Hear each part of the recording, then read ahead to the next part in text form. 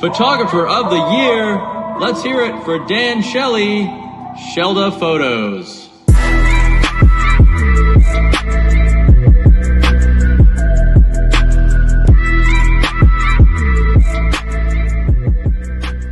Hello, welcome back to another Shellda podcast. My name is Dan Shelley, and I am joined by you probably don't even know this, but somebody I look up to, my favorite photographer, Philip Swindle where do I start? Of Hormesis, of Great American Paintball. You're now shooting for Go Sports, and that's just like the bottom of the iceberg. But welcome to the show. Thanks for having me. And I did not know that. Thanks. That's an awesome compliment. I appreciate that. It made my day, actually. Yeah, it's so cool. This is going to be the end of my third season as a photographer, and when I started this journey, of course, like I would look at all the other media members, but like something about you and your work just always caught my eye.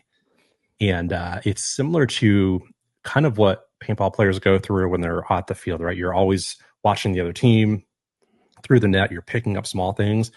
That's actually one of the things I really enjoy about being on the pro field with you, is I'm always watching you, like, all right, how are you setting up? What are you looking for?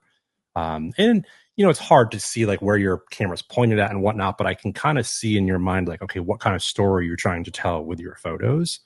And so I've actually learned a ton about my work over the years just from watching and observing you creating your crafts. I don't think you've known that. Wow. No, I appreciate that. Thank you. Yeah. I'm definitely, I'm always trying to figure out how to shoot paintball. I've only been shooting it for a couple of years.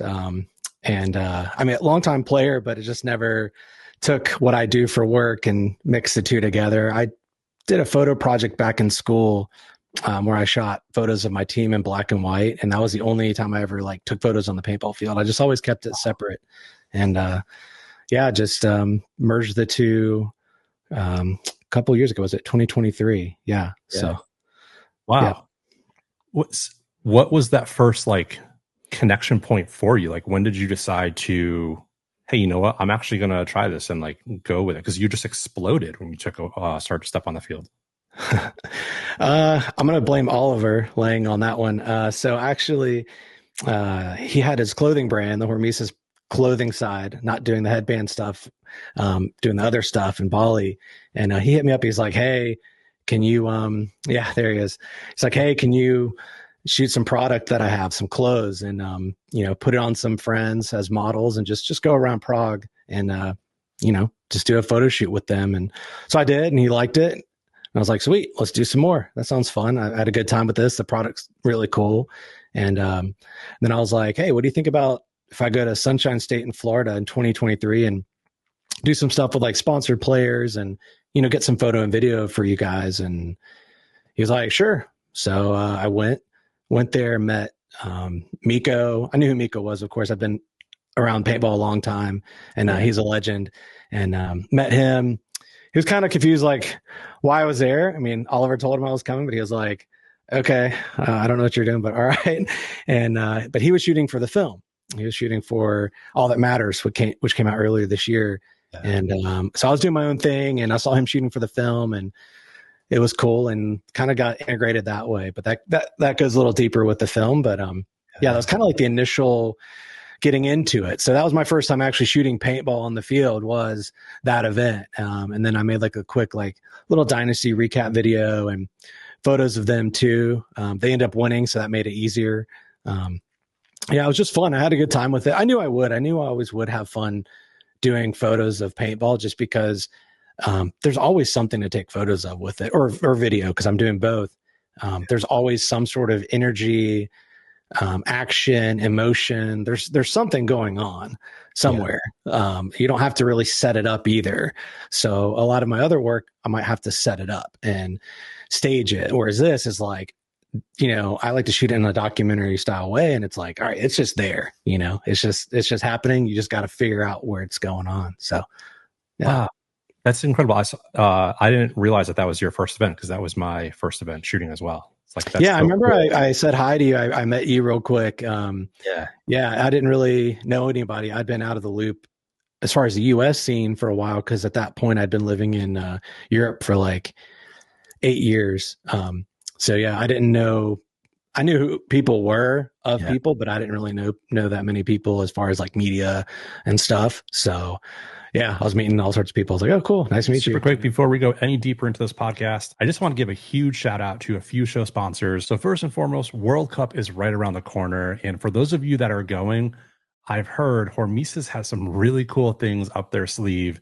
One of them being the latest edition of the Great American Paintball Magazine is out now, and they usually have some copies available to purchase at the event. So if you are going, head over to the Hormesis booth while you can, because they usually only have a limited supply. And then my second show sponsor, I've got to give a huge shout out to Pro DNA. Man, it's been so cool working with Travis, ZP, and the rest of the crew over there. They have been absolutely crushing it. And I'm not going to say the R word, but just in case we have any R word at World Cup, I have my waterproof socks packed. That way, just in case any of that R word does happen, my feet will be completely dry. I've worn them all season throughout the different climates, and they've always kept my feet dry. And of course, if you aren't going to World Cup, don't worry about it. You can head over to my next show sponsor, bfpgear.com, because they always have stock of the Pro DNA waterproof and dry socks. And speaking of bfpgear.com, I actually just got a package in from them. Typically before an event starts, I always head over to bfpgear.com and place an order for a fresh lens. And I ordered this, I think 3 days ago, and I already got it. So their shipping is insanely fast. And one of the cool things about bfpgear.com, if you love stickers, they always throw extra stickers into their box. So I've got tons and tons of stickers. But one of the lenses that I'll be rocking at World Cup is the new JT lens that has that nice chromatic logo. So there's nothing better than a brand new fresh lens. So head over to bfpgear.com if you need any last minute supplies for World Cup. Okay, back to the episode. Wild. And then just a quick sidebar for people who haven't worked on a project with Oliver. It's very, there's not a lot of written communication. It's just like, hey, go do this. And then like, you make it happen. Like if it's like, hey, go to the US and take some photos, like, okay, well then we're going to go do that and we're going to figure it out. Yeah. Yeah. So he kind of let me run with what I wanted to do. And that was cool. Fun. Yeah, it was really cool. I mean, and that's something I've been thinking about recently. Like that's really like the greatest compliment you can receive as an artist is to be paid to be you and be paid to do, you know, your style. You know, that's the greatest compliment. Because oftentimes people are like, oh, can you do it? But like, do it like this person. And it's like, okay. You know, it's like, hey, I want you to shoot it how you do it because I like your style. Like that's the biggest compliment I could receive doing what I do, for sure. I couldn't agree more. You know, I've worked with a few brands since I started, and I've had both ends of the spectrum where it's, hey, I need this exact shot or this exact style. And then it almost turns into like, I feel it switch my brain where I go from like, hey, this is a job to I'm actually creating something. And when I have that switch, when I'm just creating, that's where I feel like I'm in a flow state, you know, where you're spot on at paintball. There's always something to shoot, whether you're on the field, you're stepping off into the pits, even just walking up and down, you know, the vendors, there's just always something to capture. And like, that's where you can really be into that flow state when a brand says, hey, just go be you. Yeah. Yeah. Yeah. So that kind of spawned the whole paintball journey. So I got involved with the film. I can go down that tangent if you want. And I would love to, because that was such a special moment. I think obviously for the paintball community, Hormesis as a whole, and then everyone that had a hand in that. And I remember that was at World Cup, I think, right? Is when it premiered. Yeah, last year. Yeah, I think it was like a few days before you and I were chatting. You're like, yeah, I'm still like working on like some final edits. Like, holy smokes, this thing's supposed to premiere like 2 days from now. Yeah. Well, yeah. So the end part of that was, yes, there was a crunch to finish it in time. And Miko had me come down early to World Cup. And he called me maybe the weekend before. He said, hey, how soon can you get down here? And I was like, oh, it's the film. It's not finished. He says, yeah, I need help finishing. I was like, all right. So I came down there. I think I got down there on Sunday and I don't know, worked on it until we showed it premiered, whatever day that was. I don't even know, because I was just working on that the whole time, trying to tweak it. Did shoot one other little scene too. Had Archie go out and his little intro sequence that was shot actually the day before the premiere. Fun fact. Yeah, so that was like me and him real quick, hop in the car, go down the street, shoot that at the park close by to the field, and put that in the movie. So yeah, so how I got brought into that, which was crazy. So I met Miko the first event, Miko and Alex. I met all them, and Miko told me he was working on a film, and that was kind of it, whatever. And I think it was a couple weeks after he saw some stuff I did with like the Dynasty recap and just some other stuff I've done, because he didn't know who I was. And, it's kind of like, oh, here are you. And that's fine. I get that. I'd be the same way. And he was like, hey, would you be interested in working on this film with us, with me and Pat and some other people and Alex? And I was like, yeah, that sounds fun. So that's kind of how I got pulled in there to that project. So it was quite a year, because I was at the time I was still living in Europe. So I was flying to each event, filming. So that year, 2023, I flew back probably like 6 times or something, back and forth. Wow. So, but yeah, it was fun. It was worth it. I got to work with Pat. Pat Spore is a great dude. It's funny. I actually had talked to him back in, I think it was 2007. He was shooting for Serial Killers 2. And I had gone to the PSP Mid-Atlantic Open tournament, and he was there shooting some high-speed film for the film. And I knew who he was because I had all the films, and I was actually in film school at the time, and I had driven up for it to come hang out at the event and just watch paintball. And I saw him there, and I was just talking film with him for a while. And, I didn't ever think to like work on a film with him. First of all, he hadn't done anything in years. I mean, he's been out of paintball for a while. He was doing the webcasts at the end, and then he's been doing like live streams and just out of paintball. And so it's kind of cool to like do a project with him. I never thought, I'd first of all shoot paintball, but second of all, like be involved with the project with him. So it was really cool, because I definitely watched all his movies growing up. And, before you go play for the weekend, you put on Serial Killers or Push or something, and you get amped to play. So yeah, that was a really cool experience for sure. Wow, what a like full circle moment for you. Yeah, I mean, you could say serendipitous. A lot of different things have happened to me like that, where,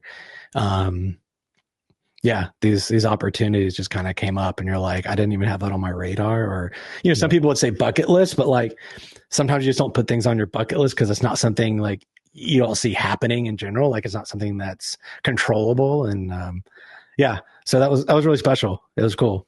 Have you thought about, maybe 20, 30 years from now, like the next generation of paintball will be watching like All That Matters, like stuff that you've worked on and may aspire to like be with you and work with you one day? Have you ever thought about that?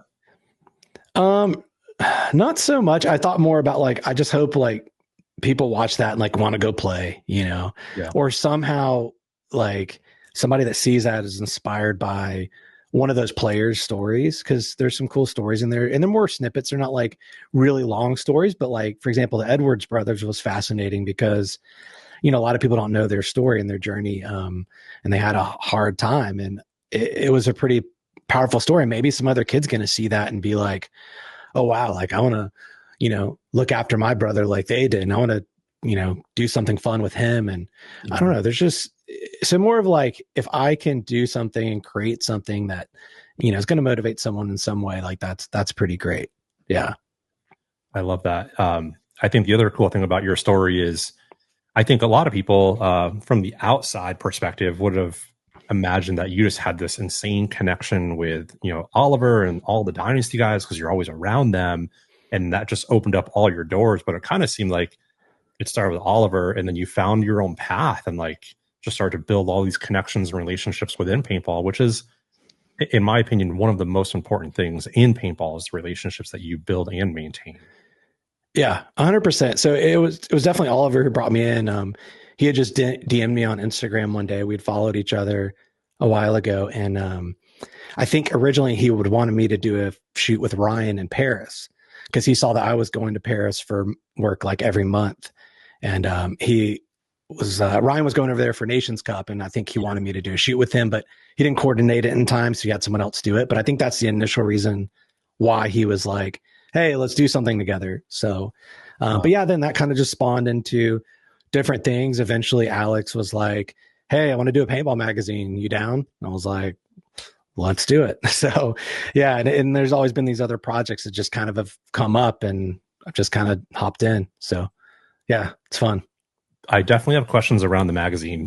Before we do that, though, I want to talk about a little bit about the tour, because I mean, the story you're telling is unfolding even more, right? Because you went from just not knowing Oliver to now you're working with him to, I think, was it a year later, you're now on a bus touring the US with Oliver and the rest of the team on the tour. Like, that's an insane story.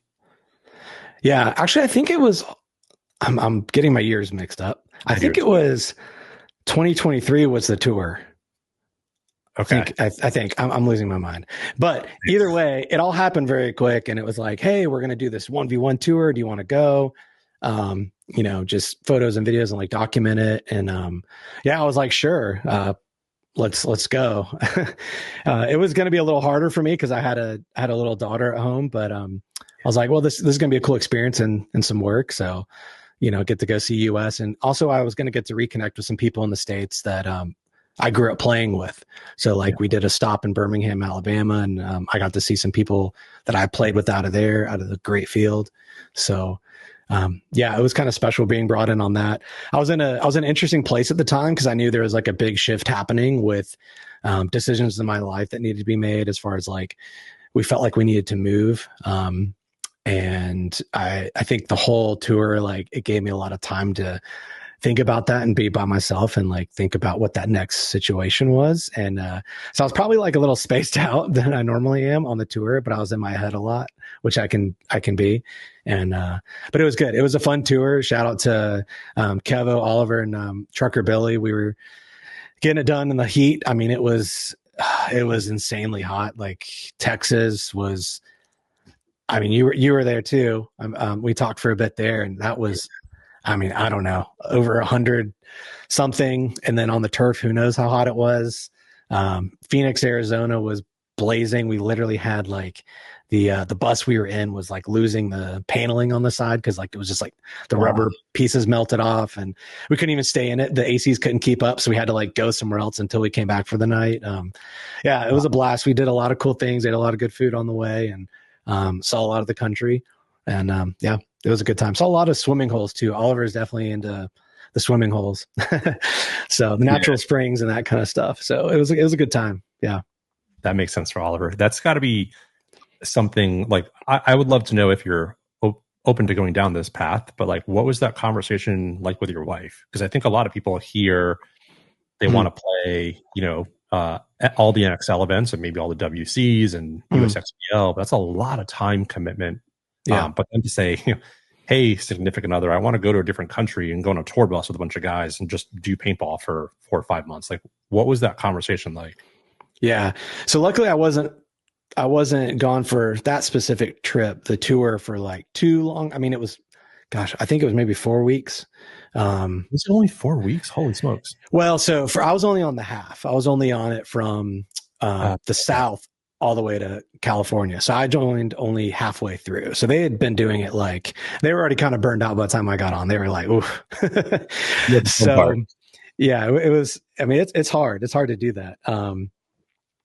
Yeah. So for her, I mean, she was like, she understood. She's like, oh, you gotta do it. I'll manage. And that's a cool opportunity. That sounds really fun. And, how often do you get to do something like that? So she gets it. And honestly, like, it's hard. A lot of my work can be on the road, especially then at the time. I am home a lot more right now, but at the time I was traveling quite a bit for work.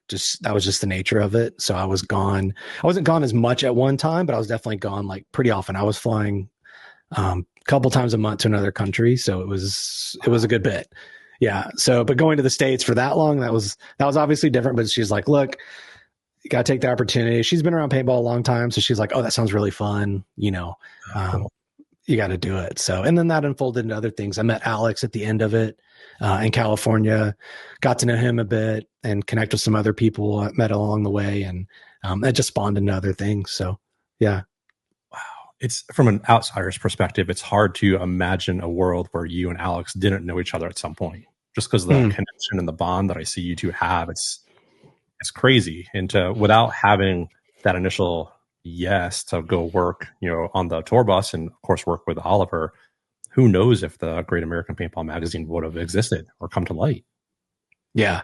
Yeah. It's interesting if you like were to draw out a tree of like the decisions you make in your life, like where they originate from and how they connected along the way and what they turned into, like the initial yes and how you got there. It's always interesting. And that happened to me when I moved abroad. I definitely started from an initial yes, and I saw how everything trickled from that yes. So it's pretty wild. Yeah, if you really think about it, it'll really mess with your mind. So I try not to think about that stuff too much, although I do. But like, it's pretty powerful, the things that you say yes to and where you end up because of that.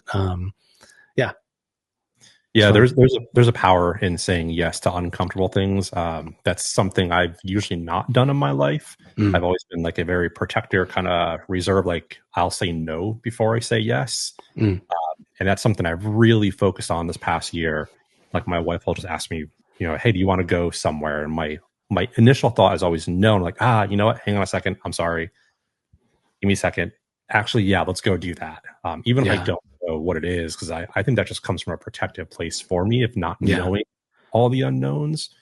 But I think the more I've said yes to things, the more I realize, wow, there's so much experience that comes from not knowing how it's going to play out.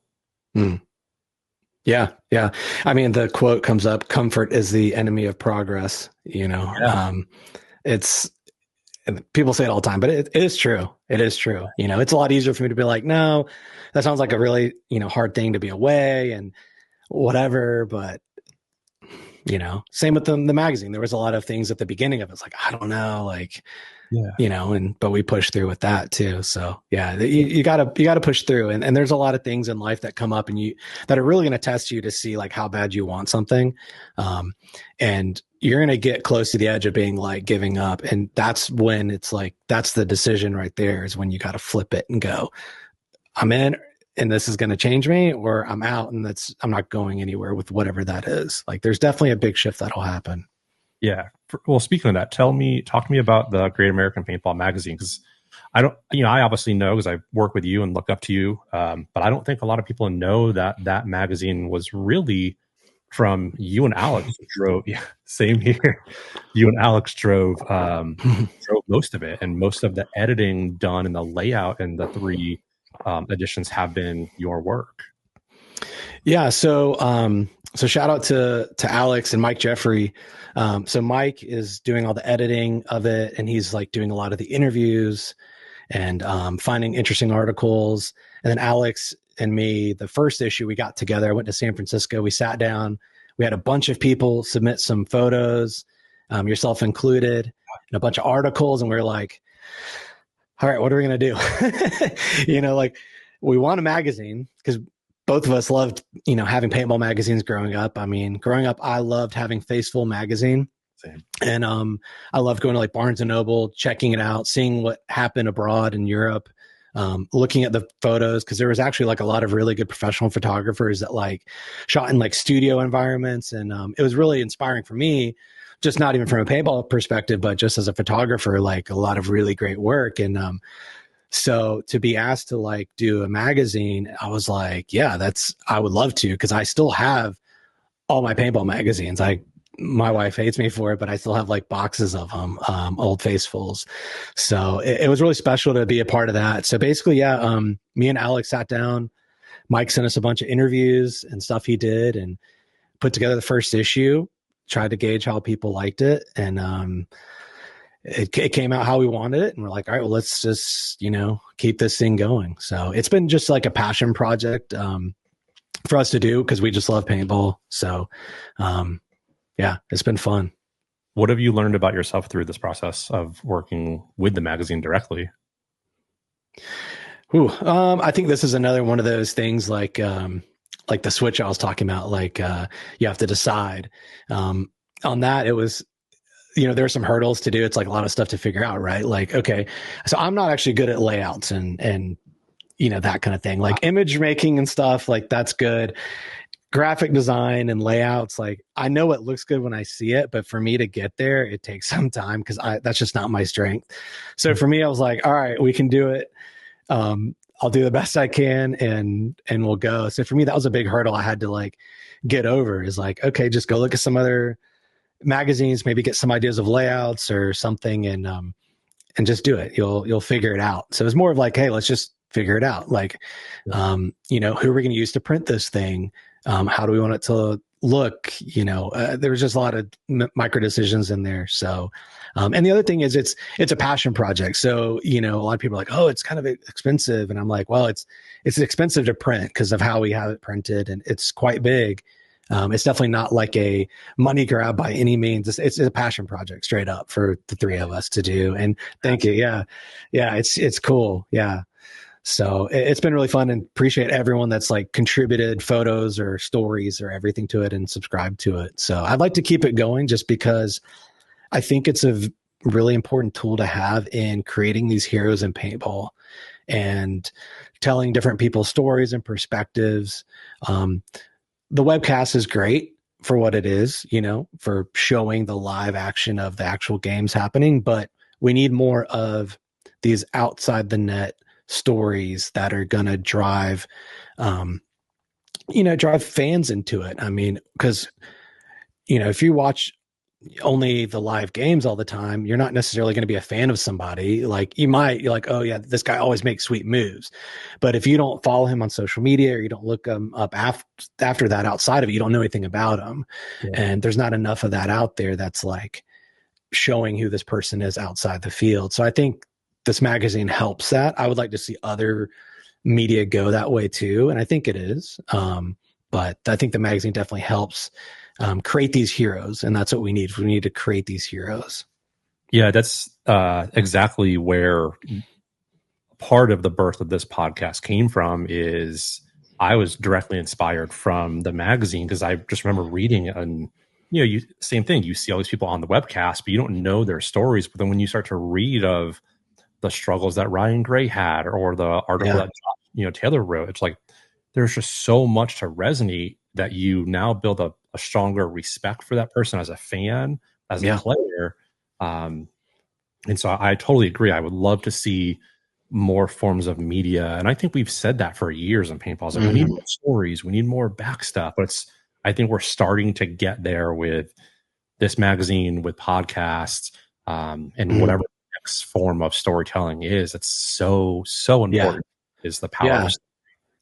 And shout out to you and Play the Game and everyone that's doing podcasts, because I think people eat it up. I mean, I know I do, because it's great to hear these people's stories outside of the net. It creates fans. Like, I'm now fans of different people I wasn't really before, because I'm like, oh, he has a cool story, or he has kids like me, or it's interesting. So yeah, appreciate what you're doing. I think the podcast is definitely like a step in the right direction for creating those heroes that we need. Yeah, for sure. And I definitely don't want to gloss over the work that you put in this, because I think you've downplayed it a little bit. But like, man, if you haven't picked up this yet, or if you're watching on Apple Podcasts or Spotify, like, jump over to YouTube, because I'm showing some of the work that Philip has here. And I don't want to not do it justice, so I actually have some copies on here that I'll pull up. But awesome. There's something about this photo, and you might know, but I think it might be Chavi's hand. So let me cue this up here, because for some reason when I saw this photo, like I just felt it. And so I want you to talk through this photo. Yeah, so I really wanted to focus on like some of the details of what it looks like to win. I mean, this is what it looks like Sunday at the end of the tournament. This is what you look like. What's interesting is I have this of Chavi's hand, and he's been diving in that nasty Florida dirt, sand, whatever stuff, and that's what winning looks like. On the contrast, actually, what's interesting is on the cover, JC, it might be hard to tell, but if you look very closely, he's actually holding his hand, and he's holding a piece of ice on his hand. I have another detailed shot I'll probably post to the Instagram account sometime, but it's where he's actually like holding the ice on his hand. And, by contrast, he's injured. So it's kind of a funny thing to think about the two contrasts there. Yeah, that's a winning hand and that's a losing hand. Capturing the fit one was really cool. I was dead tired from editing all week, so it was really fun to get out there and see some exciting matches. And that was fun to watch them because everyone doubted them and they just stuck it out in the end. Yeah, so they were full of emotion and excitement and grit. I mean, those guys wanted it, Not saying Impact didn't, but sure. Yeah, it was a good one. Yeah, it was easy to photograph. Easy to photograph. The light was amazing. I get super excited about that into the daylight. So I had fun for sure. That's totally where I'm watching you the whole time, is right around golden hour. I'm like, where's Philip going? What's he doing? Yeah. I love it. I mean, I'm not even going to lie. I dig it. Yeah. I think just one more comment on this photo. I felt it in my chest when I saw this. I think you had maybe first posted it on the Great American Paintball Instagram account. Yeah. If anyone's ever been to Florida or been to World Cup or even the Sunshine State event, you'll know the black dust and the black dirt just gets on everything. It gets in your nose. You're sneezing it out.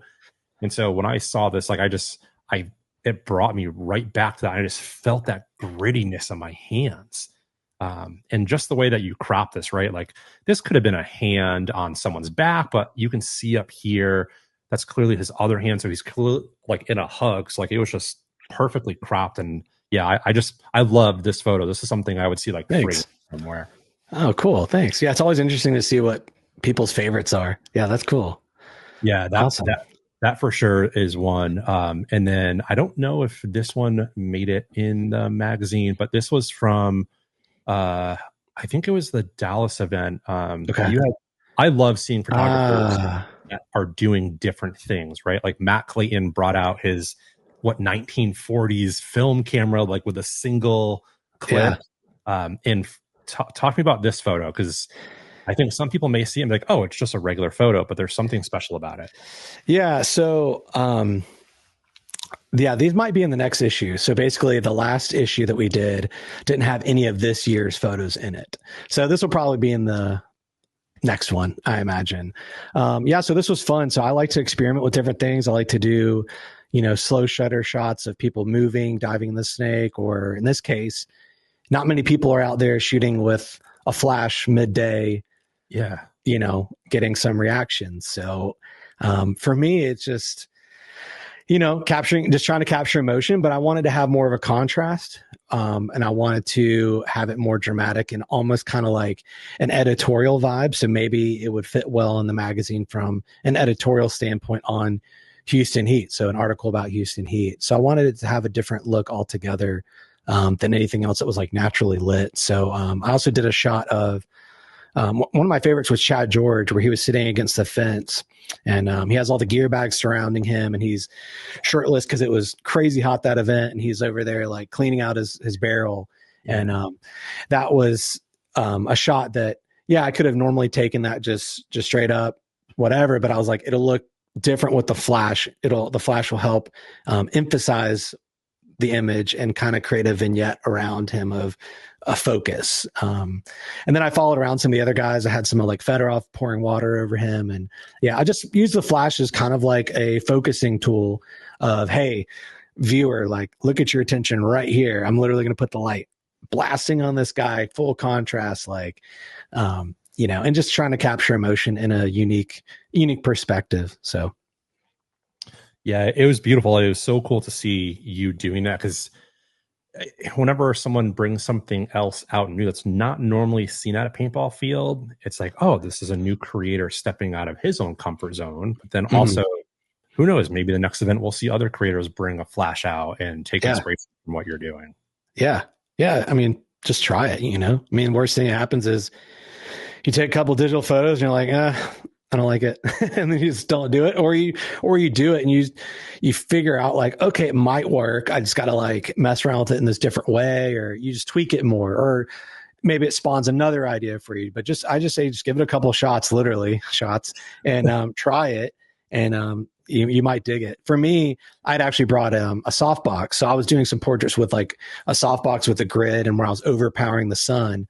And some of those I did in Texas the year before, ended up in the first issue of the magazine, where I went around and basically did portraits of people at the field with a dramatic sky with the flash. That's been done before in paintball. I think I've seen it, but this one I was like, I want to take it in a different way and do it more of like an editorial magazine vibe with the harsh flash, because it's also kind of a trendy thing to do right now, but I just wanted to try it at the field. So I might do it at World Cup too, depending on if I have time to. So love that. What's some of the brands other than Hormesis that you've enjoyed working with or shooting with so far?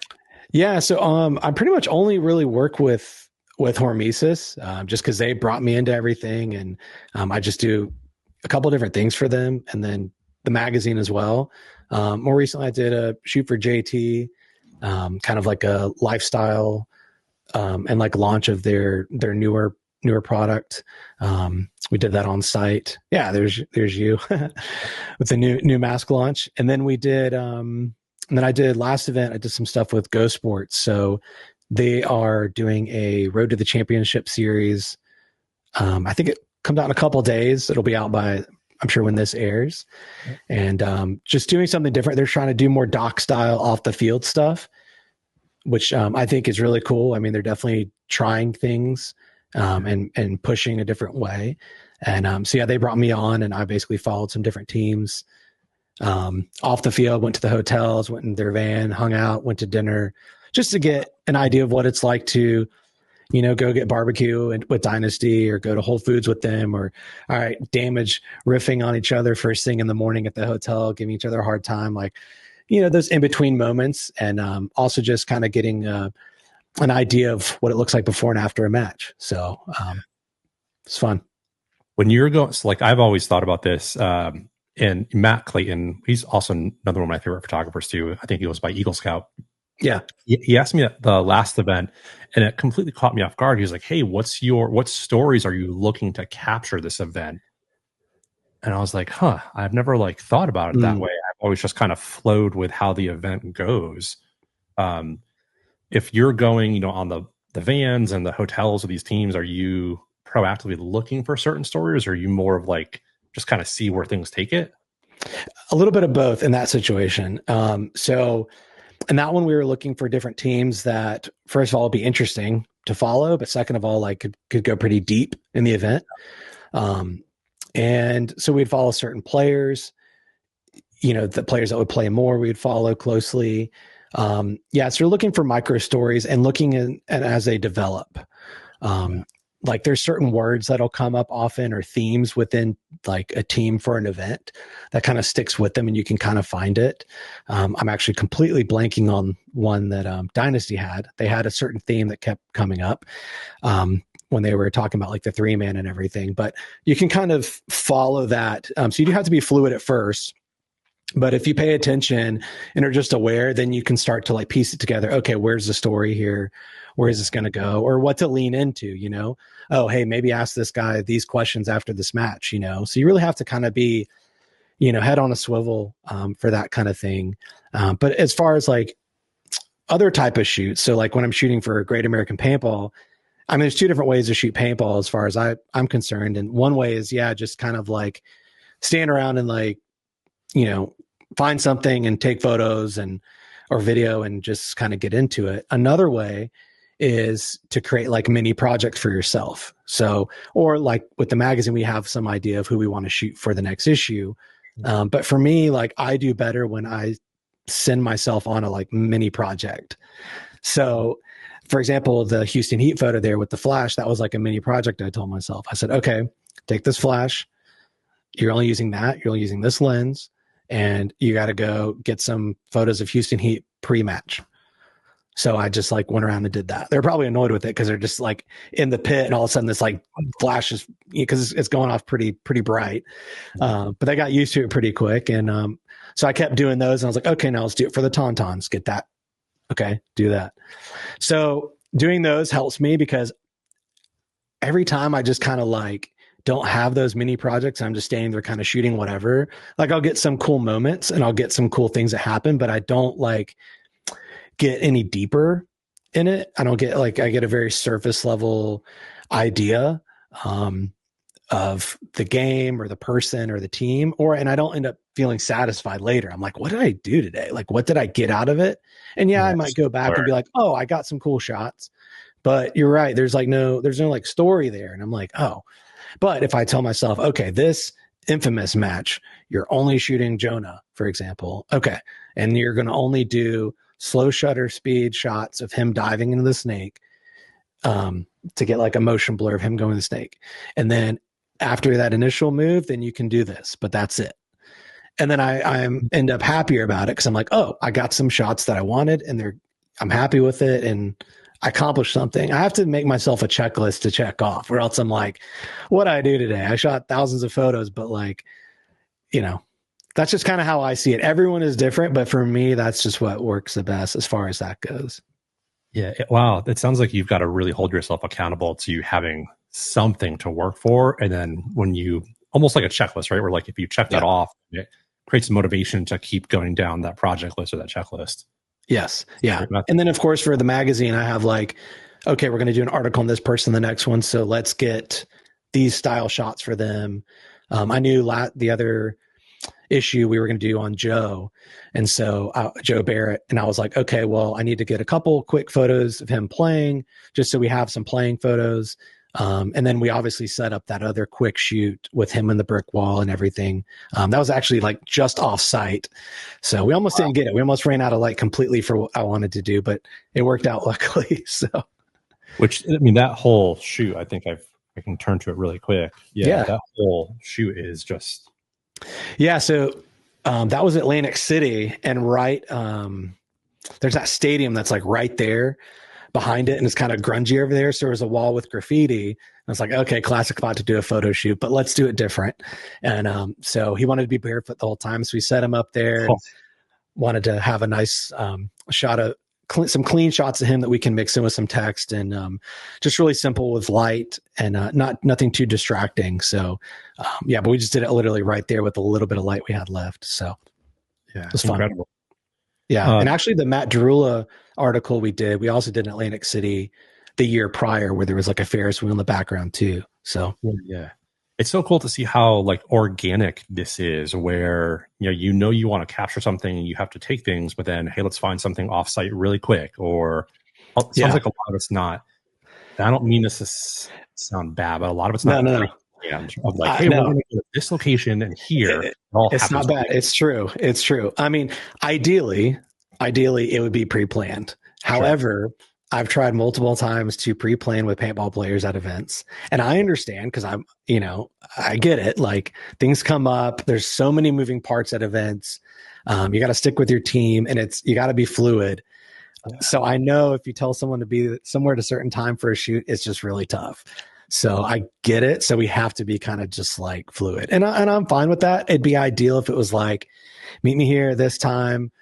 This will be the exact time we need to go do the sunset shoot. But I know that's just not how it's going to happen. Unfortunately, it'd be ideal, but it's hard. If you flash back to talking to like the younger Philip, just starting in your creator career, would you give him the advice of, hey, go down this very pre-planned path where your settings, what you're going to shoot? Or would you tell that person to go down the path and just kind of whatever happens that weekend, you have to make the best of it? What path would you go for skill wise for that person to like learn? So yeah, that's kind of hard. I mean, a lot of stuff, like, you really don't really know something until you just do it on your own, and until you learn what's wrong or right, as far, let's just say, settings on the camera. Like, you can have someone all day explain to you certain things, but until you sometimes visually see it, you go, oh, okay, that's what that does. Or, okay, that's why I messed up. There's a difference between, knowing and doing. So yeah, I would say you'd have to kind of just go for it, and you kind of learn as you go. And that's honestly a lot of things. And being a creative is, you don't always know before you go do something. I mean, there's certain jobs you're just going to have to do where it's like, you're just going to have to figure it out. and you can figure something out. You're going to have to get creative. You might not have the perfect height for a light stand, but you'll find a way to get that light up there. Something will happen. You can just think outside the box. Like, it'll work. So I don't know if that answers your question exactly. I kind of went on a tangent, but no, it does beautifully. I think the theme that I took away is there's no wrong answer there, but if you go down the path of, hey, just go figure it out, that's where you have to almost be more creative to use your resources. And, I'll bring this back up here because I have a little story for this too. But this was the photo shoot for the masks that were coming out this year in JT that we did in Tampa. And like, it looks super professional. It looks like it was done in like this incredible studio. But I think when you got there, the expectation was you were going to have this whole different setup. And it was a really small, cramped tent with like the sun was kind of coming in. And so you really had to be creative with how you were going to take these product shots for unreleased stuff for the whole entire year. Yeah, I mean, it was just a classic situation of showing up to a location and just having to figure it out. The background was completely wrinkled. We didn't have much space at all to shoot it. Yeah, it happens a lot. I mean, you just have to adapt. And I mean, that's just, it's with anything, but I mean, I can only speak from my experience in life and photography and that kind of thing. And you just have to be ready to adapt and expect that you're going to have to adapt, because that's just how it is. Like, it'd be nice sometimes if you show up to a location and like the weather's perfect, the light's perfect, but it's not always going to be that way. So you have to learn how to make your own light a lot of times, just make something happen. So turn it into a situation that sets in your favor. So, yeah. Transition a little bit and tell me about that, because I think I don't think a lot of people know that you're actually a full-time creator. You have your hands in different things, but to do this full-time, what is that like? Because a lot of people dream to be a full-time creator. I don't think they realize how much work goes into that. Yeah, so it's interesting. I mean, I've been doing it for a while. So some backstory. I grew up love taking photos. Would always beg my parents to buy me a little disposable camera if we went on a trip to take photos with.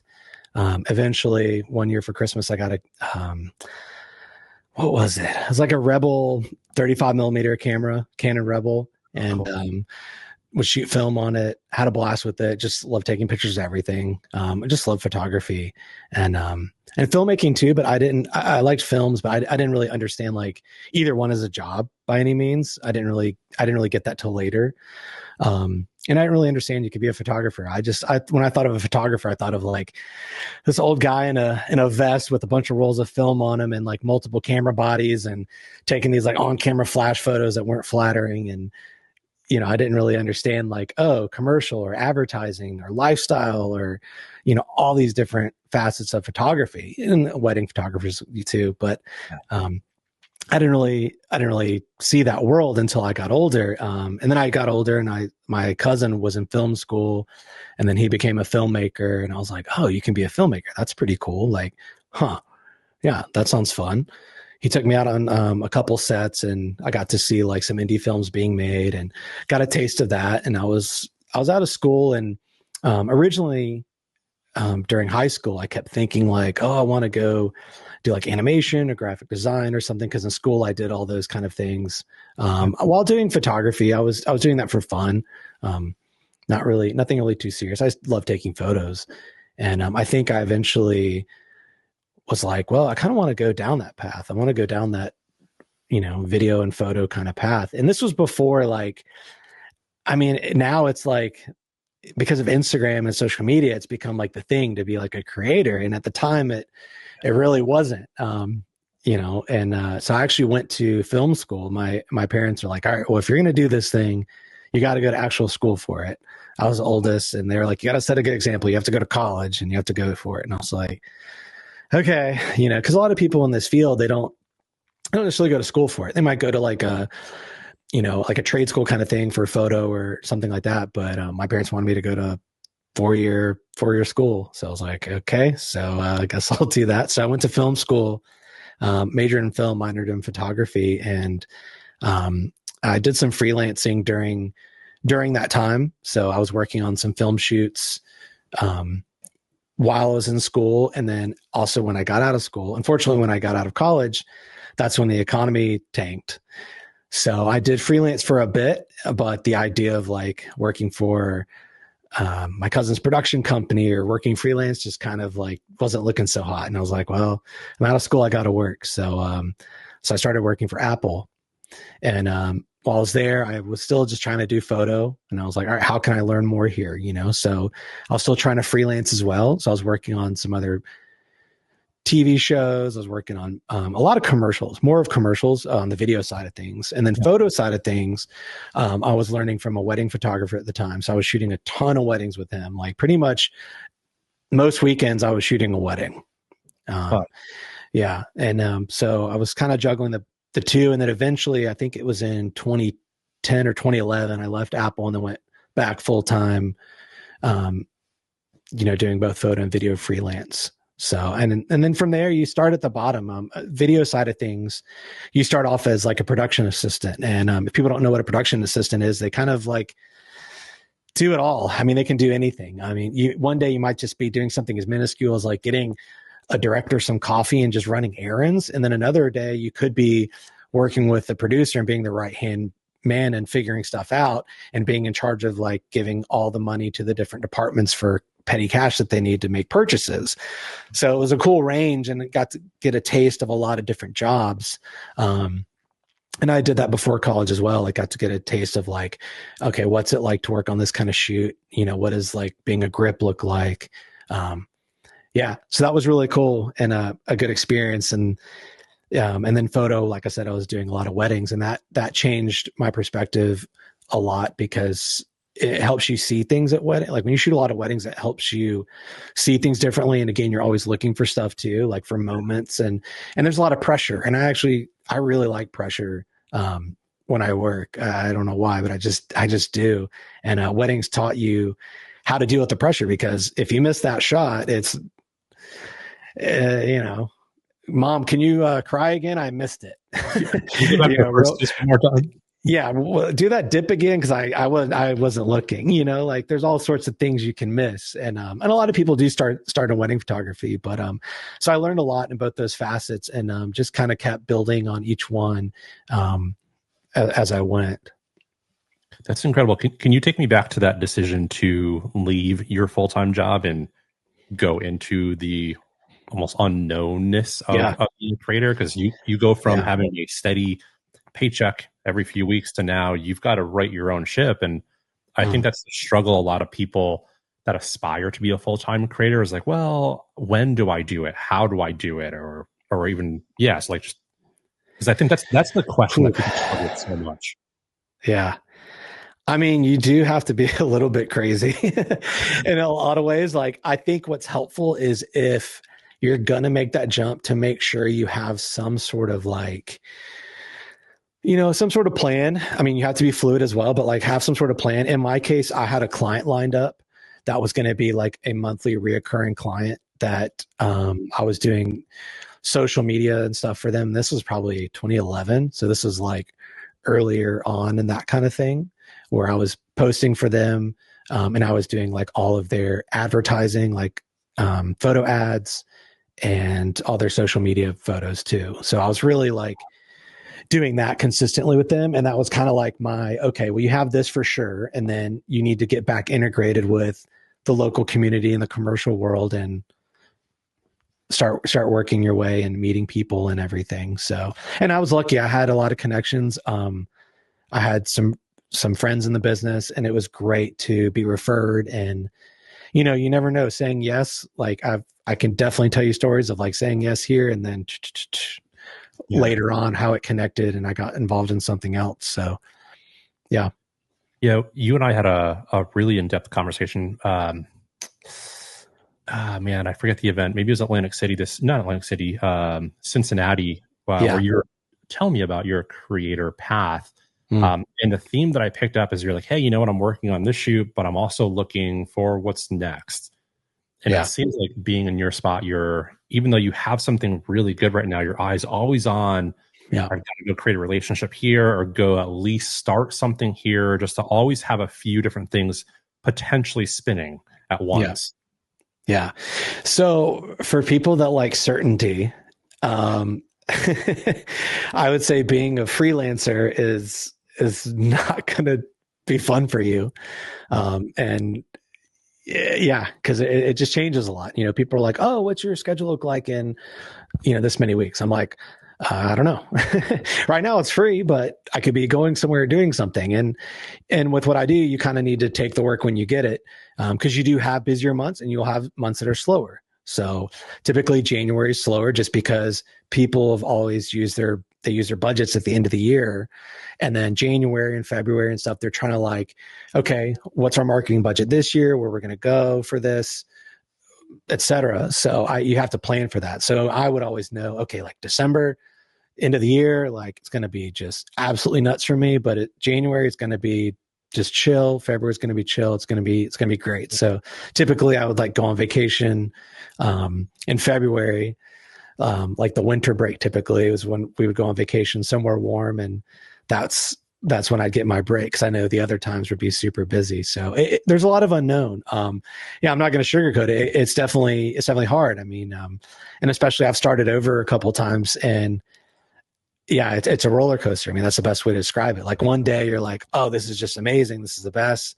And the next day you're like, should I become a barista? Like, should I do something else? Like, I don't know, and it can be draining, and it can be very, it's hard because like I love photo and video, and I love taking pictures, but you have to like separate the two sometimes, like between work and like fun taking photos, because it can be really difficult. Like for me, if I'm gonna go take photos of my daughter, I don't really necessarily grab my main camera I use to shoot like commercial work, because then it'll kind of feel like work. And not literally like the camera feels like work, but it feels like work because I'm grabbing this big camera that feels like a hassle. And it's like, okay, now I'm going to grab my other camera, because then it'll feel like fun. And like, so when I travel, I don't even usually bring my bigger camera with me. I wish I did many times. I'm like, oh, I would have, of course, this would have been awesome. But like, I remember I did a trip to Asia. We did a trip to Asia in 2015, sorry. Did a big trip to Asia, and I was like, what am I going to bring? I'm going to bring like 4 lenses and 2 bodies or something. And then I was like, you know what? No, like I'm just going to bring this one little, actually I have it right here. It's funny. I'm going to bring this one little Fuji camera. Oh yeah. And that's it. Fixed lens. And what I've got right here. Yeah. Exactly. Yeah. And this one's a bit old, but still works great. So I was like, I'm only going to bring this. That's it. I'm going to bring batteries, and I'm not going to bring my laptop, and we're going to travel to Asia for like, I forget how many weeks we were gone, but over a month. And that felt like not work. It just felt like fun. Like, let's capture some stuff and let's make a book out of it. And, so you do have to like find things to kind of separate as far as being creative. And, as far as like burnout goes, I mean, that is like, it's the eternal struggle, right? Like, I mean, I definitely, after World Cup, I had actually been really busy up to World Cup on non-paintball stuff. And then World Cup was just slammed. And I was so stressed that I actually got really sick from just being burned out and stressed, like with shingles. And I was pretty wrecked for a week or so afterwards, just from everything that led up to that. So you do have to watch out for yourself and take care of yourself. So yeah, maybe I went a little too hard, but Thanks for going down that deep. And I fully like, that's my classroom right now. Is this past month or 2 months has just been insane. Doing USXBL, having the book come out, which people don't know. You took this photo, which is kind of a cool connection. Yeah, that's cool. That's awesome. But everything with the book, recording the audiobook, I lost my grandpa, World Cup. I have felt more burnout than ever.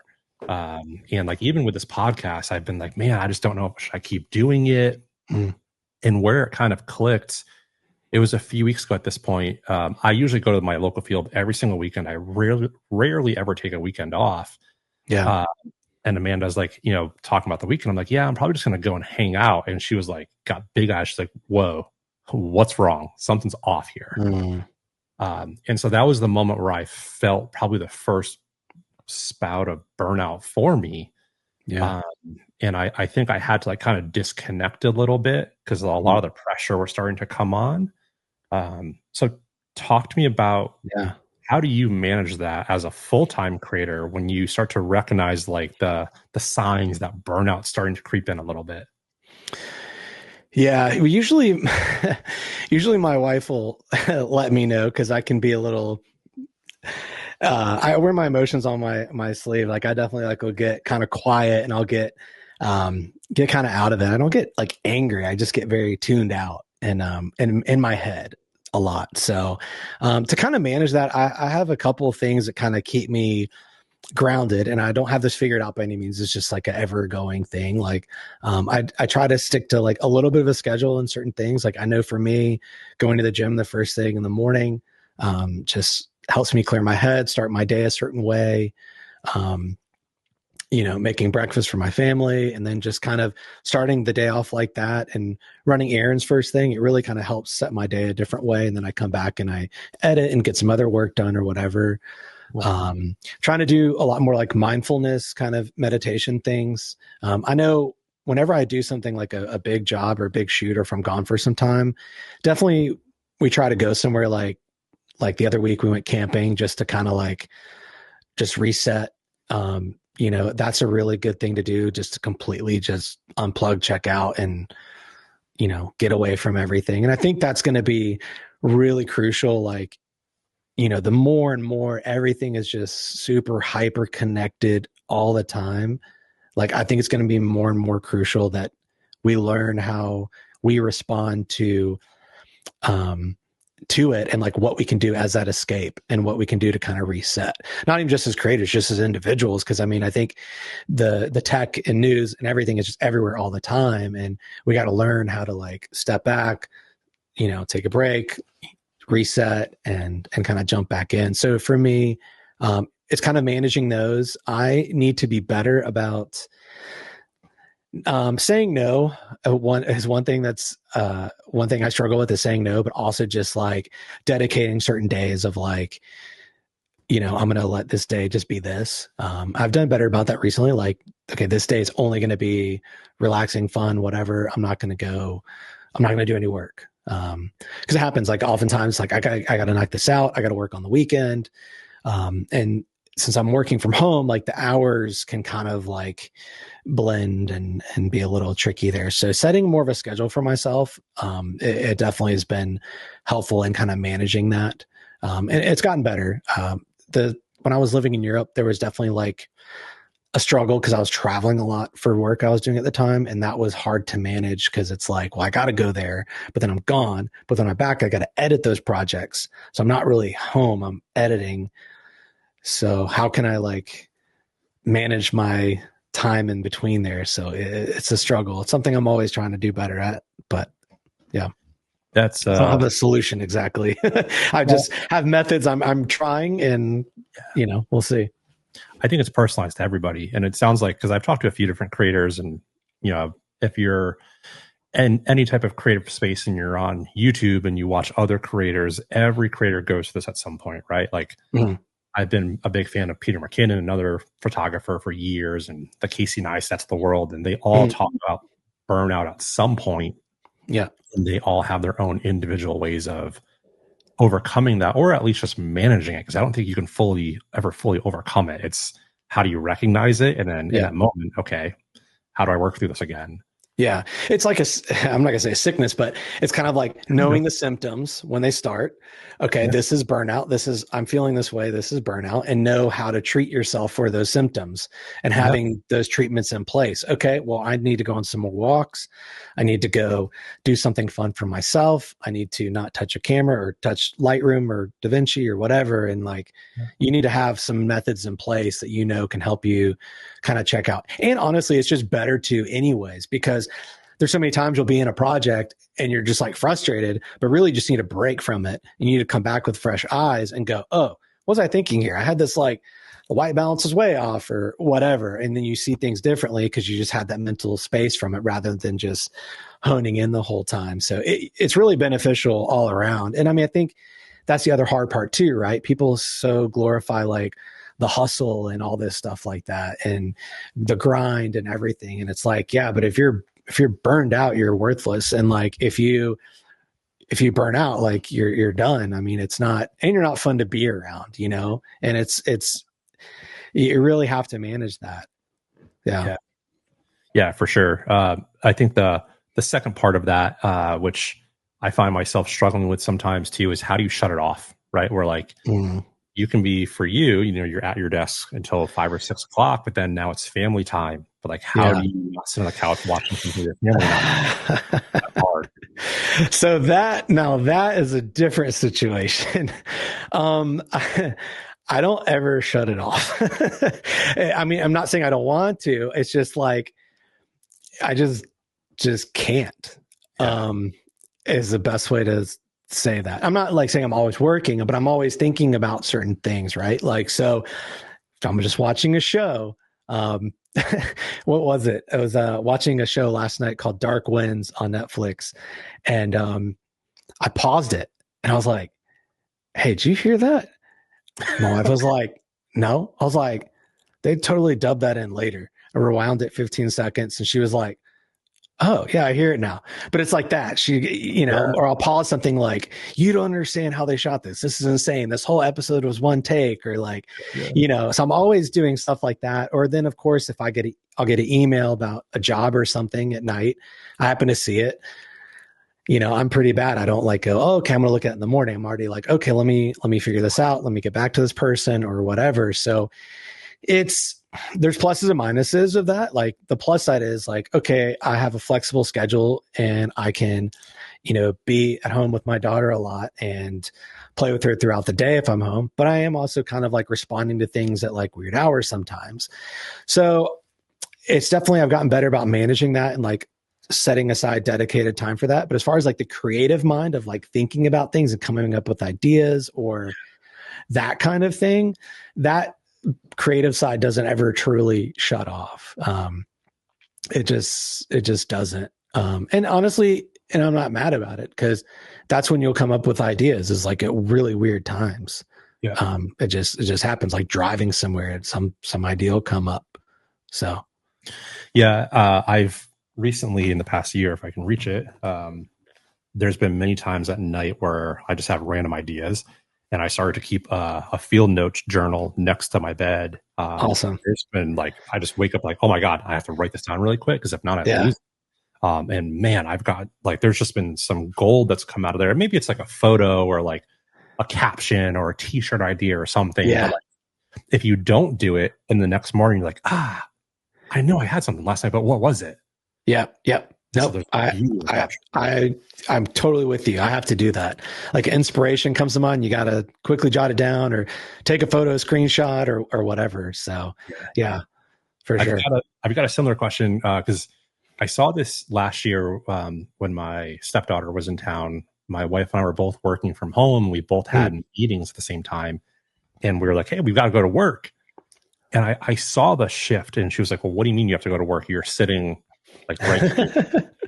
What is that like for you and your daughter when you're like, hey, you know, daughter, I've got to go to work, and she still sees you in the same environment? Yeah. So before, when I was living abroad, I had a studio. So there's more of a definitive, like, okay, I was only a couple of streets away, but it was like, okay, that's where work is. You know, that's where home is. So for me, she'll see me going upstairs and she goes, oh, daddy's going to work. I'm like, yep, daddy's going to work. I'm going to go up here and work, but it's fun. She'll come up here, see what I'm working on.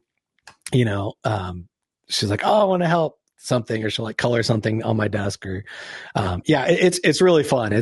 Sometimes it's a little hard. I'm like in the middle of trying to figure something out and edit or something and she's wanting to play, but, yeah, it's pretty great. It's pretty great. Yeah. There's something special about it. Yeah. No, it's really special for sure. And especially now that she's at the age where, you know, she understands things and she's talking all the time and telling you her opinion. She's like, ooh, I like that. And you're like, oh, that's fun. Like she's telling me her opinion about something. So they're the best critics. Yeah. And she's easily enthralled. She's like, wow. And I'm like, oh, this is fun. You know, she's into something. So yeah, it's been fun for sure. Yeah. I love that. I've had a lot of photographers reach out to me in the past few years and ask like, hey, you know, what advice would you give to grow a brand, or how can I get on the pro field, or, you know, whatever the question is. This weekend when this comes out, you know, we're going to be in Florida together. Yeah. If someone came up to you, a new photographer, they just picked up a camera or they want to pick up a camera, what advice would you give to them if they want to become a paintball photographer or video? Yeah. So that's hard. So like I had a unique path, obviously, where, you know, a lot of people shoot paintball for a bit and then they get to go to the pro field. And for me, that was my first event. I got to shoot wherever I wanted. I think what sticks to my mind, and not necessarily from paintball, but I had a client years ago. When I was living abroad, and I remember like if I did good on the shoot, I was like, I need some more opportunities in this area. And so the whole thing that kept coming up to me before I did the shoot was, be so good they can't ignore you. Wow. And I went to that shoot with that mindset, because I was also like having, you know, self-doubts. I mean, and that's the other thing, like that's going to happen as a creative person, is you're going to be like, I don't know, I'm not good enough for this. Like, I'm not skilled enough or whatever. But that was, I kept making myself say that. I was like, no, be so good that they can't ignore your skills. And I had to convince myself I had these skills, which I did, but it's just, you get like that. And so I went there. I had a great shoot. I had a good time, and I was like, I just let myself flow. I was like, let's just try stuff. The worst thing is I just do this one job for them and that's it. Or turns out I might get some work from it. We'll see. Cause I heard they were like quite picky clients. So the agency that I was working with had already warned me. And I was like, all right, well, we'll try it. Did the shoot. And then a couple of days later they go, hey, can you hop on a call? And I was like, sure. Cause they were in France, and they hit me up, and it was like the marketing director, agency, and someone else. And like, hey, this is like the best shoot we've had like in a long time. This is the most like most photos that the owner's ever liked from any of the photographers, like ever. Can you come to France next week? And I was like, sure. So they're like, okay, well, you're going to be gone for a week and you're going to go to these couple spots. And I was like, okay. And then that spawned into like a couple year relationship working with this hotel group, going to the different locations, doing like lifestyle photos and video at the different locations. So yeah. And it's just because of that mindset I had going into it of be so good they can't ignore you. And that's not like a cocky thing. It's more of like, you're going to have those self-doubts, but you just need to be yourself, and just go for it. You know, that's the best advice I can have, because if you are good at what you do, you know, it'll show through. And if you're not where you want to be, you know, I mean, just keep looking at like, okay, whose work do you want yours to look like, or who are you inspired by? And then kind of like use that as an ideas. Like I definitely had people that I was always inspired by, and I would take certain pieces of lighting from this person, posing from this person, or, you know, just take different elements from different people. But I think the biggest advice I can give is just to shoot more.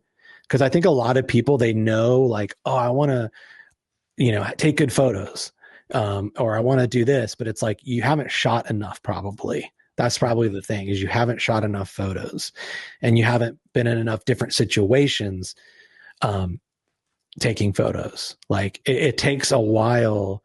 How many hours is it? Is it like the 10,000 hour thing or whatever? Like, yeah, I mean, I've been taking photos for a long time. Like it takes a long time to have an eye and to feel like, you know, your style, you know what I mean? Like I remember, I forget when it was, I think it was, it's probably like 8 years ago or 7 years ago. I had like a big time where I was like, I don't know what my style is. I don't know what I'm trying to do. Like, I don't know what I'm trying to make. Like I knew what I liked, but I just at that time, I just didn't shoot enough. I didn't have enough projects. I would shoot for fun, but I didn't have enough projects.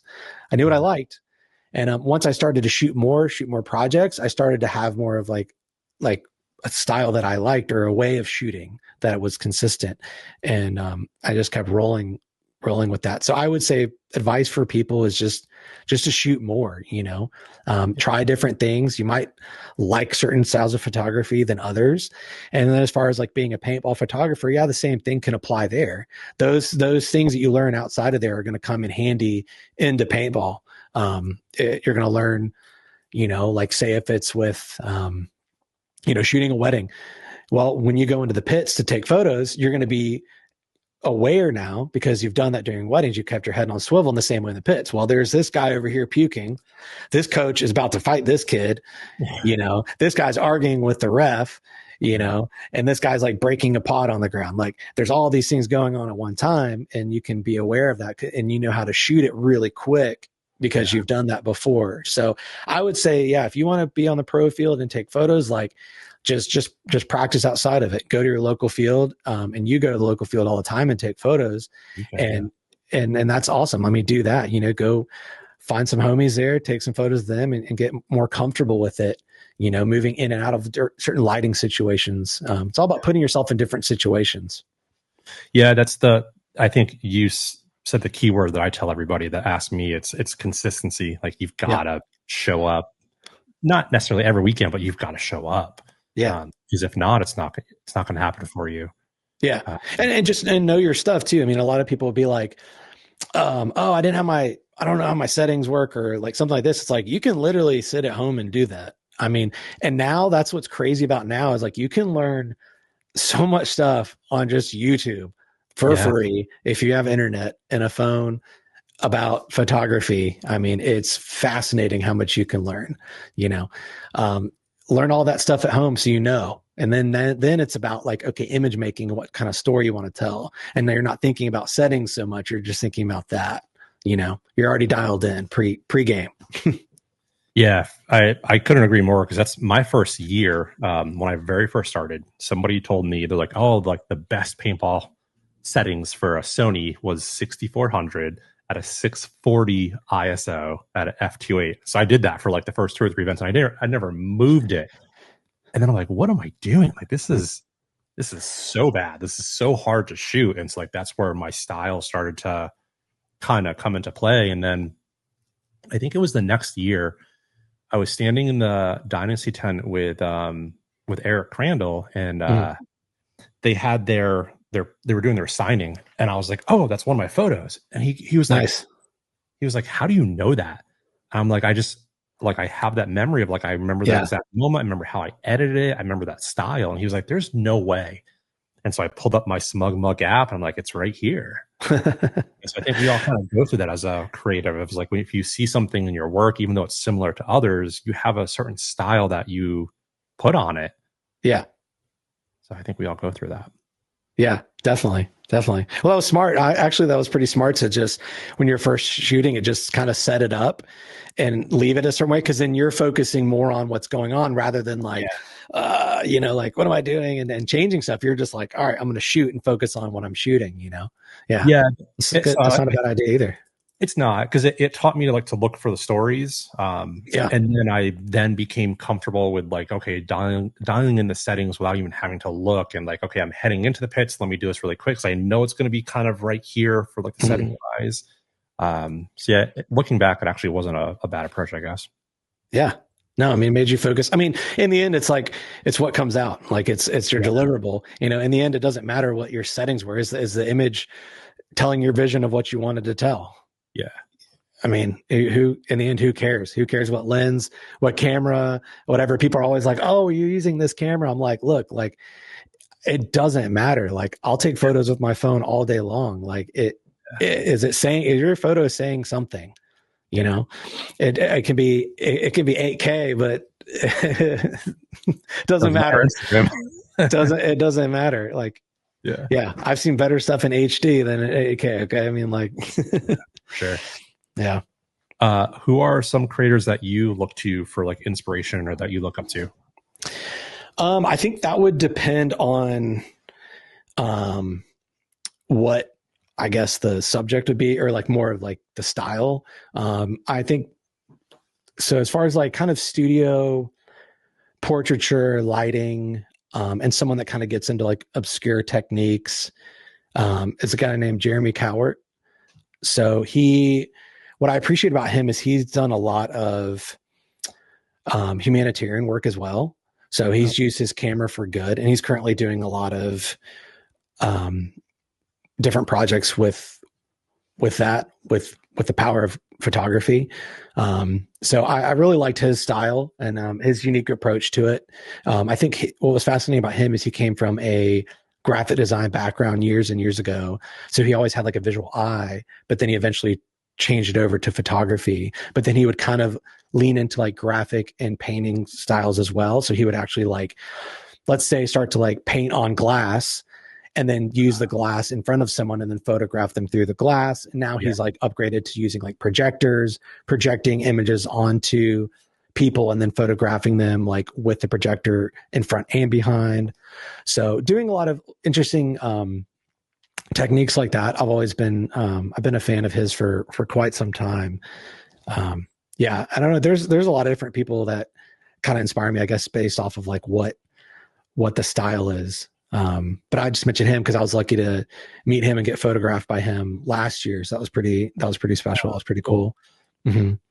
You know, it was interesting as you were explaining his style. It reminded me a lot of your style, where you were saying like you've got to say yes to more things, and it sounded like he said yes to, hey, let me try this different style with the glass, and then saying yes to what is that like if I did with a projector instead. And he's putting himself in uncomfortable situations, which sounds like it really resonates with you and your style. Yeah. Yeah. I mean, you just have to try stuff. I mean, I remember during COVID, we couldn't go anywhere, but we could like go visit some friends. I had some friends over at my house, and I was like, hey, you guys want to do a shoot? Cause like, can't go out and do shoot anywhere. So we set up like a mini studio in our little place. And I had a blast with it. I was like, oh, this is really fun. And I got to experiment with stuff. They're like, oh, we're just going to hang out and we'll just experiment with some lights, do some slow shutter portraits and blue and orange light, and just have a good time with it, you know? And that was kind of the thing, is like, you got to also look for projects for yourself where you're getting fired up about things as a creator that fuel your creative, your creative tank as you go and recharge you, because like you can get burnt out, but you have to have those things that like keep you excited about it. Cause not everything I do is exciting. And I think that's the other thing people see on YouTube, like other creators, like, oh, everything they're doing is cool. It's like, they're just showing you the cool stuff. I guarantee you they're doing some other projects that are for a pharmaceutical company or something, and that is not nearly as exciting. You know, that's just one example, but yeah, it's like that. Yeah. I had there's another photographer who comes to Outlaw every once in a while. And he's a full-time creator too. And he was like, man, I was at the UT campus a few weeks ago, and I was hired to do some type of, I don't know, shoot for like some club or something that was focused on like hands. And so he's like, I took so many photos of hands at this thing. And he was like, it was so boring. But that's interesting. That's funny. That actually reminds me, for whatever reason, that sparked a memory. I did 2 different shoots, and they were both centered around hands. One was for randomly a well-known cookie company in Czech Republic. And the whole idea was that it's been a generational brand for like, I don't know, like 100 years. It's been around for a long time. And they wanted to show an older hand and a younger hand. And they were like pushing these cookies on this table, and then they had like all the ingredients around and everything. So I had to take a bunch of photos of these 2 hands together. Wow. And then a separate job, I forgot I did these 2 random hand shoots. Another one was for a company called DeLonghi. They make espresso machines. Yeah. I think they're here. In Europe, they're pretty popular, but it's a pretty big brand, DeLonghi. And so we did it all around like the hands. And these are different people represented by just showing their hand that are making coffee with this espresso machine. So how can we show a biker with just showing their hand and like a little bit of the surrounding on a table of their vibe and who they were? And that was fun. It was like, okay, we had to show a biker, a barber / tattoo artist, an executive, and something else. So it was a fun challenge of like casting for hand models, finding someone that had a good hand but good tattoos. Yeah. So anyways, random tangent, but that was such a funny thing to remember, those 2. But that's cool, because that helps you create the story that you want to tell through that one single photo. Yeah. Yeah. I mean, you're forced to, and it's like, it's a lot of meetings. When you work with agencies, and the bigger these jobs are, the more hands it passes through and the more people that have to have a say in it. And that's the other thing, honestly, that gets hard of being a creative is when you work on bigger shoots is a lot of times you have less control. So you have agencies that are like, here's the photo that the client wants, and that's pretty much what they want to do. We just need to do it. You can put like a little bit of a spin on it maybe, but like, that's kind of it. Like, I remember I did a shoot for this pet food brand, Hill's Pet Food, and they sent the creative in the presentation. We sat down and looked at it, and they basically were like, we want this shot. We want to create this. And they sent us like a photoshopped image. This was a couple of years ago. They would have done it with AI now, but they sent a photoshopped image of like what they wanted. And they're like, we want this. Funny thing was, the image was a dog jumping after bubbles in springtime. And they asked us for this in December in Prague. And I'm like, it literally is snowing right now. Like, there's feet of snow. How are we going to do this? But they wanted that exact shot. Anyways, long story short, luckily we had a break in some snow. We were able to clear it off. We found someone with some green grass after some intense scouting, and we were able to do the shot. But yeah, I mean, that's the thing about being a creator too that causes burnout is you're losing your creative juices because of those bigger shoots where you don't have as much control. So finding those jobs, or maybe even just creating personal work. Some of my favorite things have just been like, I just want to shoot for fun, like with my friends, just doing a shoot for myself with some lights and, hey, y'all want some cool photos? Okay, come on, let's have fun. That's another thing I think that really helps prevent creative burnout is finding the thing that helps you realize like, oh, this is why I like it in the first place is from this. So after the root of it. Yeah. Yeah. Awesome, man. Philip, this has been awesome. This has been one of my probably top 3 or 4 podcasts that we've done. So thank you so much for coming on. I hope people grow a bigger appreciation for what you do because, talent in the media space in paintball, it comes every few years in waves, it seems like. And for however long, you're in paintball for, like, I hope people realize the talent that we have by having you in the sport is just unreal because you're doing so many other creative things in the media space around the world at this point. So paintball is very lucky to have you for whatever time we do have you in our space. So thanks for being here. Thanks. Yeah. I mean, I've always loved paintball. I've been a paintball player and fan for a long time. So it's been nice to combine the two, and I hope I can kind of keep the ball rolling in there and tell some stories in there too. So yeah, and it's cool because I'll always drop my guests who I have coming on in my Discord.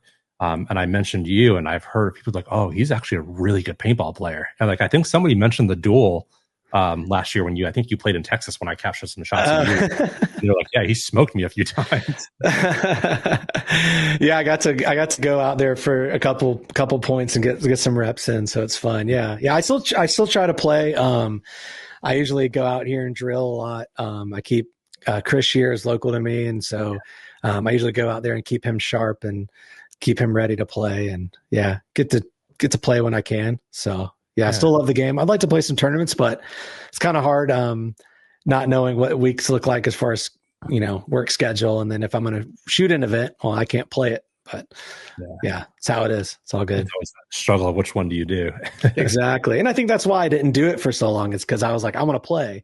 And I still want to play, but currently I'm just shooting. So it's all good though. Well, I've got a closing tradition that I do on every episode where I have the guests from the previous week will leave a question for next week's guest without knowing who's coming on. And so it's a really cool way to like just tie in the paintball community, and the questions have been all over the place. And it was actually cool last week when I was talking with Nick, we were just in a really good flow, and no one's asked me, but he asked me, he was like, who's coming on next week? I was like, well, it's Philip. And he's like, oh, okay, I got a good question for him. And so gosh. From Nick Ripple, of course.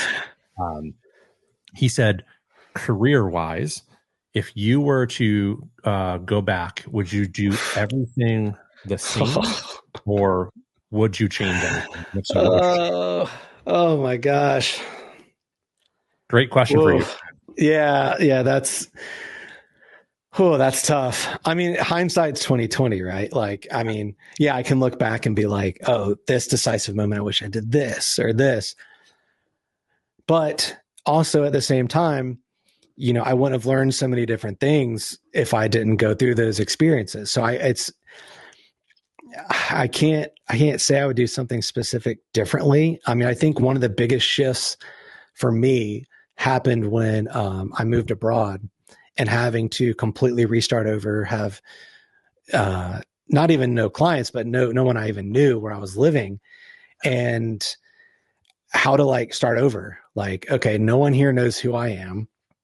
I don't speak the native language yet. So how am I going to get work? And just starting over. And I think having to go through that and just restart, reinvent myself, and really think about what I wanted to do, and then force myself to do it. I have a tattoo actually that says "burn the ships," and it's basically means like, you're not giving yourself a way out. That's it. Like you're stuck essentially.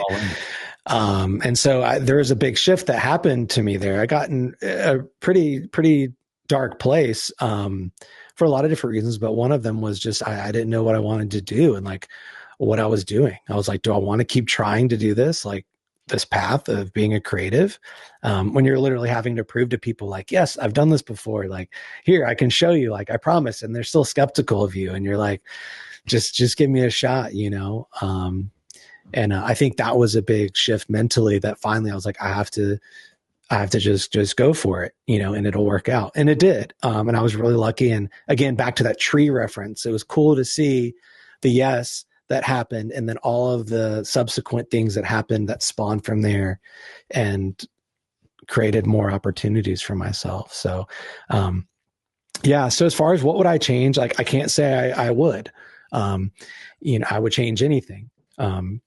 I think if anything, I would have probably tried to tell myself sooner to change that mindset. That's probably, so maybe that is what I would change. Yeah. I would probably change the mindset of how I was approaching everything, and stop putting up a wall in front of myself, an invisible wall. Cause, that's what a lot of creatives do is, you see something and you don't see a way to do it, but you're just putting a wall up in front of yourself. And that's something, shout out to Oliver, actually. That's something that's really always impressed me with him, is he's such a visionary, and he's just like unrestricted. I'm so good at overthinking and putting that imaginary wall in front of myself and saying, oh, well, no, don't do it because this won't work out or whatever. And, I remember at a young age, I saw a video of him, and he was talking about, having youth, and like also saying like what he wanted to do. And it was before like people were doing this. It was like, he wants to be paid. He wants to be professional. He was saying all these things, and he was like a teenager, and it was like, that's wild, Yeah. But he was a visionary, and he's like, no, I want to do this thing, and I'm going to do it. And it sounds crazy, but I'm going to do it. And I've always respected that about him and people that are like that, because it's such a shift that you have to make in yourself. And it's a self-belief, the belief that you can do that thing and stop putting a wall up, just try it. So, and there's a quote that I think of often now when I try to think of these things and think this way is, this musician said it, and it's, I can live with failure, but regret will eat you from the inside. And, just let yourself fail then, just try, so sorry, Nick, I didn't really necessarily change anything or make a decision on something to be changed, but I would just say probably the mindset is what I would change earlier on. And it's something I'm still working on. I don't have this figured out. It's something I have to constantly remind myself, right? Like the self-doubt thing as a creator, that doesn't go away. It's just how you listen to the voice. It's instead of like hearing it and then holding on to it, you're kind of letting it pass by. It's like a meditation where you acknowledge it, your self-doubts, but then you just let it keep going rather than holding on. Oh, I'm not good. I can't do this, whatever. Like just send it, let it go, Yeah, and that's so it's funny you say self-doubt. I actually call that imposter syndrome, which is exactly what this is here. And that was my whole entire life, is I was just, something would come in and like it would just destroy me. I would like talk myself out of all these ideas. But I think over these past few years, it's doing that exact practice that you did, is letting it come in, acknowledge it, and then like, okay, well, cool. You can keep going on now, because like I'm going to keep going forward with this. Yes. It's so powerful if you can get to a spot in your life where you're able to do that. Yeah. And the action will solve a lot of those things. Like doing will solve a lot of those things. Sitting and festering is not going to solve anything, and overthinking it's not going to solve anything. It's the action that's going to get you in a direction. And if you fail, you fail, but at least there's an action out of it. You did something, So yeah, that's been my big other classroom the past few years, is not living with regrets. Which was that article in the magazine was really focused on, like, when I get to 80 or 90 years old, I don't want to have that moment of looking back and like, oh shit, I wish I could have done this, or I wish I should have done that. Yeah. So I'm really trying to use that as a mentality now to help that future person not have that. Yeah. You want some good stories to tell when you're older, and to look back on like, oh, I did that. Oh, I remember I did this, like you want to do those, don't put up those blocks for yourself that keep you from saying yes to something that could turn out to be something epic that leads to something else you don't know. I mean, you really don't. So it's crazy. There's a lot of things that happen, like the universe talks, and you just got to tune in and listen and be aware, because there's things that are always happening, It's crazy. Yeah. So I think the theme of this podcast is to say yes to more things and let your tree just grow where it wants to grow, because it's going to grow no matter what. Yeah, it's going to grow for sure. Yeah, definitely say yes. Yep. Pressure's off, man. You get to leave a question for next week's guest without knowing who it is. Ooh, well, maybe I'll take like a lighter route. I was going to think of something a little deeper, but with Nick, with that one. What is a story that you can tell that sounds like something that happened to you that's like unbelievable, that doesn't seem believable, but it's real, that happened to you? That could be one. I love that. That's incredible. Yeah, because I mean, I've heard some stories from some of these dynasty guys, dude. They have some crazy like ask them about a skydiving story or a snorkeling or a scuba story. I'm like, you guys are nuts, dude. Yeah, there's some great stories out there. Who's on next? Are you going to say it? Yeah. So now that you've asked it, Travis Lemansky should be on. Oh, so you want to talk about a guy? He'll have some stories. I'm sure he's got some good avalanche stories. Yeah. Okay. Nice. Shout out to Travis, dude. That guy's been in the game a long time, and I don't know if he'll hear this, but I think it's really cool what he does with his team and the Infamous brand, and feeding that team with the brand, and I think that's a really cool thing to do. So, and also I like it. They have the Burn the Ships logo on some stuff. I was like, I got to buy something of that because I got that tattoo. So yeah, that's cool. That's the exact reason why I want to bring him on, because Pro DNA and the Infamous brand they're huge, but I don't think a lot of people actually realize it's a lot of in-house. That's a lot of the team that's actually working for those brands. Like Callie works for them, ZP works for them. And so I think people are going to have a much more appreciation of the brand itself from hearing directly from Travis. Yeah, that's cool.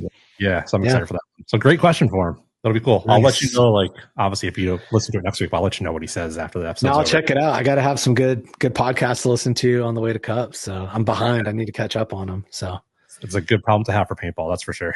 Yes. Awesome. Well, Philip, this has been great, my man. I'm excited to see you here. I mean, we're recording a little early, but to see you at Cup, it's always an honor to get to shoot with you on the field and learn from you as well. Likewise. I appreciate your positive energy always. Yeah, it's good. It's good vibes. Yeah, you got to have it. Well, to everyone else, thank you for tuning in to another episode of the Shellda podcast, and we'll catch you next time. See ya.